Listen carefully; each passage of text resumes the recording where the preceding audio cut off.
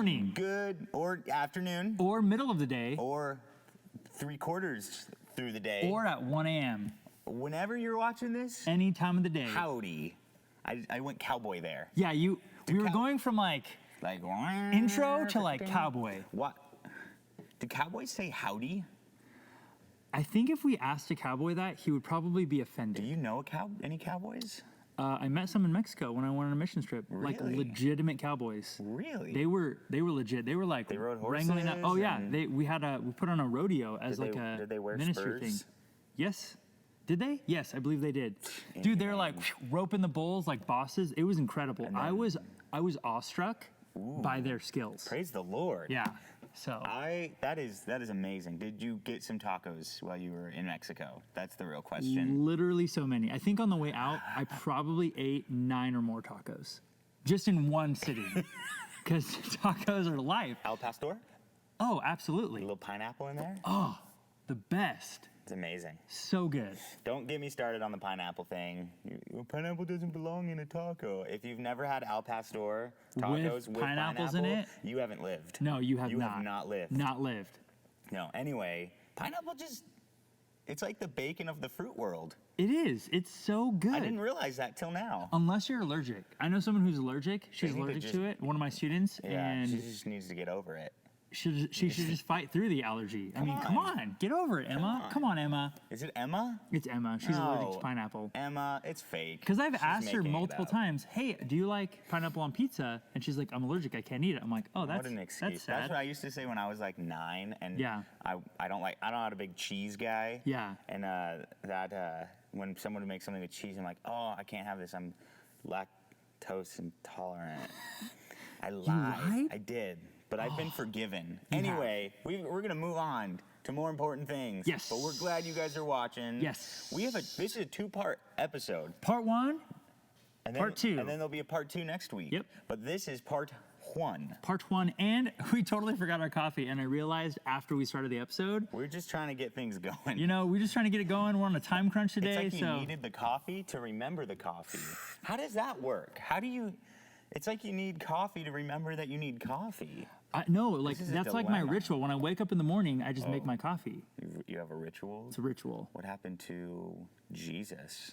He's part of the ritual. Oh, cool. Drink my coffee, read my Bible, pray. Wow. It's like my, get a little journaling in and then read. Oh, it's the best. That's some good time. With coffee. Well, Jake, you obviously like coffee. Yeesh. And obviously like Jesus. Yeesh. But you also like something else. I do. And I think it's time for us to move into Unpopular Opinion. Okay, here's the thing. Here's my popular opinion. You may agree with me, you may disagree. And this kind of has a subcategory. Is there an in-between agreeing and disagreeing? E-agreeing? Minigreen? Yeah. Pedigree? Because what if I don't completely disagree, but I also don't completely agree? Then you're in the mid-gree? Mid-gree, yeah. Mid-gree, okay. Semi-gree. Semi-gree? Yeah. Okay, cool. Continue. Yeah, semi-gree. So I would say that the way to truly eat a steak is not well done. It's with your mouth. It's not well done. Do not cook a steak. Wait, what does well done mean? Well done. Explain. Good and faithful. I mean, if Jesus says well done, good and faithful servant, that's the only well done I accept in my life. When it comes to cooking meat, do not cook it well done. So well done is like when there's like so much char, there's zero pink in the middle. Typically the meat gets dried out because people are like, ooh, I like my meat like all like, well done or whatever. And I'm like, do you hate your taste buds? Because like it just, well done is bad. So the proper way to eat a steak, 2 minutes on the barbecue. Whoa. One side like this. 2 minutes on one side? 2 minutes, wait for it. After that 2 minutes, my timer will go off. Just rotate it slightly. Whoa, because you can get the crissy-cross lines. Get the crissy-cross lines. On the other side, another 1 minute. Boom, flip it over. Wait, so now it's been 3 minutes. 3 minutes. 2 minutes. 1 minute. Flip it over. Depending on the heat on your grill. This depends on what kind of grill. It's on 7. Flip it over. Do maybe 3 to 4, 5 minutes max. 5 minutes on max. low heat. How thick is this steak here? It's a good. Okay. Can you see that? That's about an inch. Good thickness. Depending on what steak you have. Okay. Because different fat content will create a different steak. But in other words, my unpopular opinion, I love my steak when it's like pink in the middle. Whoa. And if my steak doesn't have blood, it's not properly cooked. Like it's got to have some blood in there. It's got to have some moisture. So if my steak is not mooing, I almost said if my steak is not cowing. If my steak is not mooing, It's not cowing. it is not properly cooked. You got to have it rare. I will also accept medium rare steaks. Any like medium or well done. That is just the wrong way to cook a steak. Well, there's medium, and then there's medium well. Rare. Oh yes. And then there's well done. yeah, no, just keep it rare or medium rare. That's my. So those are- medium's unacceptable? I think medium's unacceptable. Shoot. Yeah, but I still love you as a friend. I see. That's where what did we come up? Semi agree. I mean, will I eat a steak that's medium? Of course. Will I purposely cook it to medium? Probably not. Because when it's, my thing is this, and this is how I am. You can ask my wife. I don't like mixing cold food, or lukewarm food, Yeah, or hot food. yeah, It's either hot or it's cold, or I'll spit it out of my mouth. yeah. Oh, like in Revelation. And I mean that though. Like I don't like lettuce. I like lettuce. Yeah. I don't like lettuce in my taco. Yeah, that's a good point. I don't like cold mixed with. I'm just not a fan of it. Like if I'm having a chicken salad. Yeah. I need my chicken to be. Cool. I can do it. I can do it warm. Yeah. But I like some like if I had leftover chicken from the other day. Yeah. I'll cut that up and I'll put it in a salad. Have Yeah. a chicken Caesar salad. Yeah. Delish. Yes. But I don't like the hot and the cold thing. So when I eat a steak, if you go rare, Yeah. sometimes the inside of that steak is just it's kind of lukewarm. Matt, I and could just- teach you. I could teach you to where the inside is not lukewarm. I don't. You put it in the microwave when you're done. Oh, that is a grilling sin to put a steak in a microwave. shoot. Like if you have leftover steak, which most of the time I don't, because I eat it all because it's you're so a amazing. man. Yeah, obviously, gnaw on that bone, it's just so good. And Like a you dog. don't put that steak in the microwave, leftover. You put it in a pan with butter, and then saute that up. Well, get nice yeah. crispy buttery edges. Well, okay, let me just throw an idea out and then we'll move on. Okay. What if I took my steak and I seared it on the barbecue to Okay. get the char and get the lines on it? Okay. But then I wanted it cooked a little bit more in the middle, and so then I popped it in the microwave. No, put it in the oven. Cast iron pan in the oven. That's what you want to But do. the microwave would do it so much quicker. No, Matt, you will destroy a steak if you put it in the microwave. Okay. That is I'm okay. just- Sub point. I'm just kidding. I would never put a steak in the microwave. I need to see if you agree Okay. with me with this. Okay. My sub point, and maybe we'll get into this in our next episode. We'll make might this a carry two-part. over. I love, and I don't think I'm alone. I think a lot of people do. Yeah. The fat on steak. Yeah, I do agree. When it's Well, wiggly, when it's charred, when it's like, I'll take it I all. like this. I like the fat when it's mixed in Yes, I with agree the with meat. you. If it's Yeah. just a big old hunk of fat, that's kind of gross. But I mean, I probably shouldn't because I'm literally eating the fat off of an animal, but it Yes. tastes so good. You're not wrong. It tastes. Oh, You're not that's wrong. where It's people are just- like, "Oh, you got to cut all the fat out." I'm like, Yeah. "You're cutting all the flavor out. What do you?" Yeah. I love the fat. I love the meat. Pink. Yeah. I love it bloody. So good. Wow. Kill the bacteria on that thing, just real fast. Is that you? I'm killing the bacteria. Is that how you watch? That's Done. Wait. So anyway, Okay, we have other things. we have that much time, Matt. It's All up right. up on the screen up there. That much time. I 14. found it. Okay. 13. No. 12. No, Jay.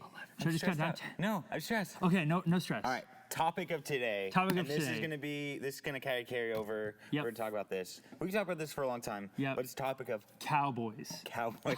No, it's the not. topic It's not. of fear. Fear. And I think that this is a big topic because I think everybody deals with fear. Yeah. One way or another, even the most brave people in the world. Like if you had superpowers, I think you'd still deal with fear, right? Because Yeah. it's natural for us as humans to deal with fear. We're afraid of this, we're afraid of that. Like, and everyone fears different things, Yeah. right? Some people have more rational fears. Yeah. And some people have irrational fears. Like I belly have- button lint. Yes. That's a very rational fear. Yeah, there are so Just many. kidding. There are real like phobias. Yeah. For so many. Like I remember when I was a kid, I watched this show that this lady was afraid of not paper towels, but crumpled up paper towels. She was afraid of it, Interesting. and I'm like, I want to watch the show. I know, I gotta find it. It was like one of those weird daytime talk shows. Like or like the TLC. I was one of the TLC homeschooled. shows. I finished my school, I was bored. Yeah. Flipped through the channels. This lady's afraid of crumpled up paper towels. Interesting. And I'm like, what? There's probably a lot more weird fears. There than are, that, though, but I'm that's sure. the one that comes to mind. Yeah. But I have some fears. I Yeah. have some irrational fears. Like I don't actually. I'm not going to say them because I feel like it would be used against me. Ooh, that is a good point. You don't want to I'm put it out deathly, there in the I'm public. deathly afraid of people giving me money. It's like, whoa, don't give me money. Yeah. Whoa, stop giving Aren't me you stuff. deathly afraid of Slurpees as well? I am so afraid of that. Like the sight of a Slurpee in your hand makes you like yeah. just like shiver oh in yeah. your boots. So please, if you're gonna prank me, don't do that. Yeah. They don't even know. Fool them. No, but I do have some real fears. And can I tell you one of my fears right now? I have Yep, you can. I have surgery coming up this week. Yes. And guess what? I am terrified. Yes. I don't know why. I don't know what there is to be terrified about. Maybe it's them slicing open my knee, drilling into the bone, Doing surgery on the wrong knee. waking up and I have no leg. Like, Yeah. oh shoot, this was the wrong Yeah. operating room. So I've got fears. Yeah. I'm fearful of the flow of my life stopping.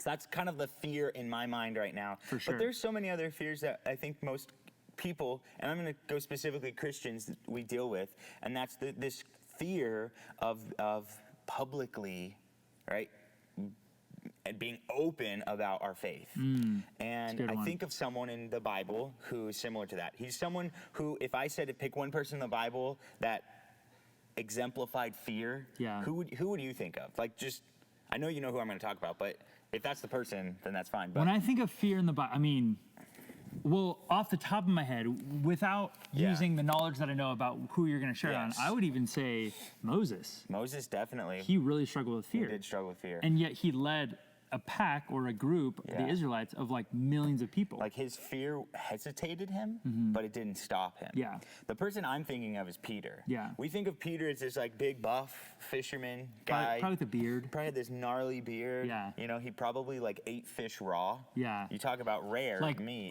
he just took the fish and like I bet right he out of it. did. He, I mean, I he don't probably know. did. He probably had like little scales, fish scales, in his beard. That's disgusting. Yeah. Oh man, he's probably stank. Yeah. But I think of Peter, and I think about I think of two specific instances of fear, and in those instances of fear, he also shows great courage. Like it's kind of funny how the two are with each other. But the first one is it's mentioned in 3 of the Gospels, Matthew, Mark, and John. It's not mentioned in Luke, but it's when Peter steps out of the boat and he walks on water. Like, wow, that's courage. Yeah. Like, Jesus, like, command me to walk on the water, and I will. That's crazy faith. The fact that he asked that. Yeah, Like that's insane. that's crazy. Like we can read the story and know what happens, but he didn't know. Yeah. He didn't have like, oh yeah, I'm gonna ask Jesus to walk on water and he's gonna let me. Like he had no, like he There just was- had yeah, this crazy there was, faith. There was no biblical Yeah. precedent for like, hey, if you do that, yeah. So Yeah. for me, I think of that story. But then what happened with Peter is he took his eyes off of Jesus, Mm-hmm. right? He put his eyes on what? The waves. The waves. And yeah. And so he began to sink. I would have loved to see that. Like Peter's like walking on the water and he's like, it's like when Goofy in a cartoon like Yeah. runs off the edge of a cliff and he's like, he just like stops in thin air and he's like, And he's like realizing what happened. yeah. And just, Yeah. I can't do a Goofy. Anyway. Yeah. And then there's a body-shaped hole in Yeah. the ground. And he survived. And he what? He survives. He was fine. Yeah. But I just picture that happening with Peter. Yeah. Like he walks out on the water, this great faith, and then he realizes what Yeah. he's doing. Yeah. And instead of realizing that Jesus was allowing him to do that, he took his eyes off of Jesus, put it on the waves, and what happened? Fear engulfed like his soul or whatever, Yeah. and he sunk. Yeah. And I picture that Goofy, whoosh, he just falls in the water. Maybe there were sharks. I don't know. Maybe there were sea creatures. I have no idea. Maybe the waves are just huge, or maybe he just realized like, wow, this is crazy. Yeah. But the key thing in that story, in that account, is that he took his eyes off of Jesus. When he kept his eyes on Jesus, where was the fear? There was no fear. It wasn't until fear filled him that he fell in, Yeah. and it wasn't until he took his eyes off Jesus and put it on other things that fear kind of crept in. Yeah. I think of another account with Peter. I know most of us are familiar with this, but it's right after Jesus was arrested, and Peter kind of followed Jesus along as they took him to wherever they took him, Yeah. and they were taking him to Pilate, but Peter kind of followed, and then we see just this account in John chapter 18, where Peter was asked, or you could even say he was accused Yeah. of being one of Jesus's disciples, one of his Yep. followers. And he denied it. Yeah. He denied it. And it's interesting. I always find this funny. 2 of the 3 times that he denied Jesus, because he denied him 3 times, was to a little servant girl. Yeah. Like this big burly, I don't know why that word burly always comes to. I don't even know what Yeah. that means. This Yeah. big burly fisherman, Yeah. Peter. Her. Like Yeah. he was afraid of a little girl. And I know there's more circumstances than that, but this fear kept him from being public about his faith, about his relationship with Jesus. Yeah. And I think that's so interesting. And I'm really stoked that this section is in Scripture, Yeah. because it encourages me to know that, like, hey, my fear, 1, it doesn't define me. Yeah. 2, it doesn't control me. And 3, it's not going to be chained to me for the rest of my life. For sure. I'm forgiven, I'm cleansed of it, and I can move forward. And so I think the main thing is that I want to share with you guys, and I'll come back to Peter, but it's in 1 John chapter 4. It says in verse 17, love has been perfected among us in this, that we may have boldness, right? What's that? What is boldness? It's kind of the opposite Yeah, of fear, right? totally, yeah. Or it's not, boldness is not the absence of fear. It's me fighting through the fear. Absolutely. Right? That's what boldness is. Yep. That we might have boldness in the day of judgment, because as he is, so are we in this world. There is no fear in love, but perfect love casts out fear. Because fear involves torment, but he who fears has not been made perfect in love. We love him because he first loved us. I love that this idea that the opposite of fear is love. Yeah. And it's not just any love, but it's God's love. Yeah. What does that really mean? Well, going back to that Peter, account when he walked on water, is when he had his eyes on Jesus, he was filled with that perfect love. Yeah. Fear had nowhere to remain. Yeah. Like do you remember those ice cream, the Flintstone, like the push pops? I loved those things. I love those things. And I love the idea that, like, as you eat, you just push the little push. If you've never had a push pop, I don't know if they still make them. We need to find out if they do. We need to go get some right now. Yes. Hold up, pause the video. Don't pause it. Just keep watching it. Well, no, we won't. Anyway, Yeah. maybe the next video. No, we Yeah. won't have time. But nevertheless, I love the idea of the push pop, because, like, as you push the ice cream out, like, there's nothing nowhere for it to Yeah. go. And I think of, like, God's love in us is like pushing out the Yeah. fear. Yeah. And so my main point is simply this: is we all have fears. Yeah. Small fears, big fears, rational fears, irrational fears. We all have all of them. Yeah. And we all deal with them all the time. But the main fear that I really want to talk about is that fear of being bold in our faith. Because I feel like we look around, our country has more churches per capita, which means we have more churches per person Yeah. than we ever have in the history of our nation. Yeah. Yet I feel like our nation is further away from God than it's ever been. Yeah. How is that even possible? Yeah. We could go down the list for miles and miles and hours and hours. Yeah. But for me, I look at it and I go, it's not because the church has an issue, but because the church, like the people, have this fear. We're afraid to be bold with our faith. Yeah. And fear is this crippling thing, and it keeps us from doing what God has called us to do, and we have these fears, and we have that the whole fight or flight thing, where it's Yeah. like, man, I can decide to let my fear control my decisions and my emotions and my actions, or I can fight through and have boldness and do what God's calling me to do. Yeah. Most of the time when God calls us to do something, it requires boldness, Yeah. which means fighting through the fears that we have. Yeah. Every time I step up on a pulpit to teach, I'm afraid. I'm nervous, but I fight through it because I know that God wants to speak. Yeah. Every time that I am out at a store and I want to share the gospel with somebody, or I want to pray for somebody, I get nervous because I don't know how someone's going to react. But as I Yeah. fight through that, God blesses a person, and he blesses me Yeah. because I fought through that fear.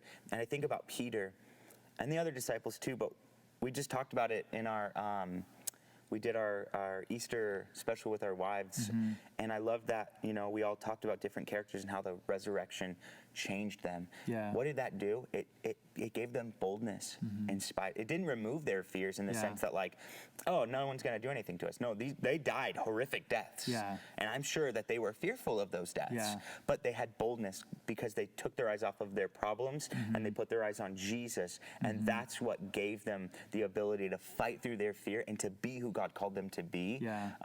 Even when people would come against them. Yeah.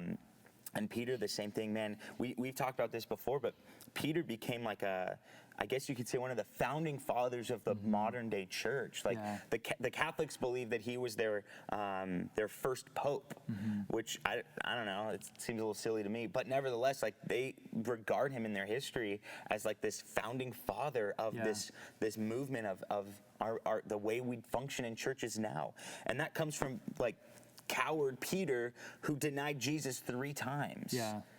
You know, what does that say about us? Like, man, even if we have fear, even if we've allowed fear to control our actions, we don't have to do that moving forward. Like we can walk in boldness and be and do and be the hands and feet, if you will, of Jesus, and not let our fear control us and define us. And I think that's practical for today because we are dealing with fear in our world right now.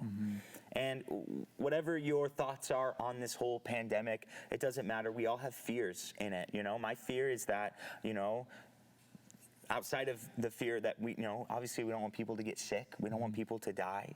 We don't want people to lose loved ones, but we don't want to lose the well-being that we have, you know, the freedom that we have in Christ, to practice our faith openly and freely. So there's just all sorts of fears that we have. Everyone has different fears in this time, but can we have boldness through our fears and see what God can do as we don't let those things, we don't allow them to control us and dictate our decisions and our actions. So fear is a game changer. Yeah. It can take something good and make it bad, but then as we can have boldness to fight through it, it can take something bad and make it really good. Yeah. So Matt, what is your one encouragement? Because I know we're pretty much out of time for this episode. What is your one encouragement before, you know, and then we're going to talk more next week. We're going to get more practical. We're going to have more stuff and talk about fear. Because again, this is such a big topic. But what is your one encouragement for those out there who are just experiencing that fear? What is the one encouragement you'd give them to help them through that? Just practically, and not to beat a dead horse here with this, but the practical encouragement is simply this. If you have fear, bring it to the Lord. That's such a churchy answer, I know, but I really mean that. Like when you have fear, whatever that fear is, you know, bring it to God and ask him to help you work through that. I can't emphasize this enough. You can't just pray one time. Yeah. Like sometimes I guess you can. Like God can do it. But generally speaking, the fervent prayers of a righteous man availeth much. Like constant. Yeah. Right? This thing. You know, if you want to overcome whatever fear or fears you're dealing with, you have to bring it to the Lord. And you do that through prayer, right? Yeah. Bringing it to him. Jesus, help me with this. And doing it daily, doing it regularly, not just one time. Because if you come to me and say, Pastor Matt, I prayed and God didn't take it away, I'm probably going to say, well, you didn't pray enough. Yeah. Right? You prayed one time. Yeah. Right? And I know that because that's what I do. And then I complain, and then I realize, wait, I can't complain. I've only asked God once, and it was kind of like hey, God, can you help me with this? Like, bring your fear to the Lord, because practically speaking, just looking at Peter, when he took his eyes off Jesus, fear crept in. Yeah. When he got his eyes on Jesus, he had no room for fear. He jumped out onto these waves to walk on it. He had no fear. Yeah. Because his eyes were on the Lord. And as we go to God with our fears, he might not supernaturally take them away, but he fills us with boldness because we're close with him. Yeah. And if God is for us, who can be against us? Yeah. You know? And so we can have this confidence that kind of just masks fear and just like, I guess you could say bleeds out the fear. Like there's no place for it here because I'm just with my Father. Yeah. And so I think practically speaking, as practical as this sounds, I guess, is just bring your struggles and your fears to Jesus through prayer, through His Word, and have that relationship with Him. Yeah. And again, if it doesn't work, I hate to sound like a jerk. If it doesn't work, it's not because you're not doing it right. It's because you're not doing it enough. Yeah. I can't emphasize that enough. So practically speaking, pray and read your Bible a lot. Yeah, for and sure. there's comfort and there's peace there. Yeah, and I think just to quickly Yes. piggyback, and then we're going to be done with this episode, but like, there was such a power and difference when Peter stopped looking at his outward circumstance, in example, the waves and the boisterous weather, and he changed, thank you, he changed his focus onto Jesus. And when we focus just on the outward circumstances of our life, we're going to be fearful. Yeah. But when we change our focus to look to the Lord, that's when fear goes away, because we see how big He is and how powerful He is. And I mean, think about Peter. Practically, he looked at Jesus, and Jesus was walking on water. You know, the same Jesus who did these miracles, the same Jesus that literally rebuked a storm and made it stop, the same Jesus who, you know, made blind people see and who rose dead people, you know, up from the dead. All these things, when we look to Jesus, fear vanishes away. So look to Jesus, and we will see you guys next week as we talk a little bit more about fear. We'll see you next week. See you that time next week. Part 2.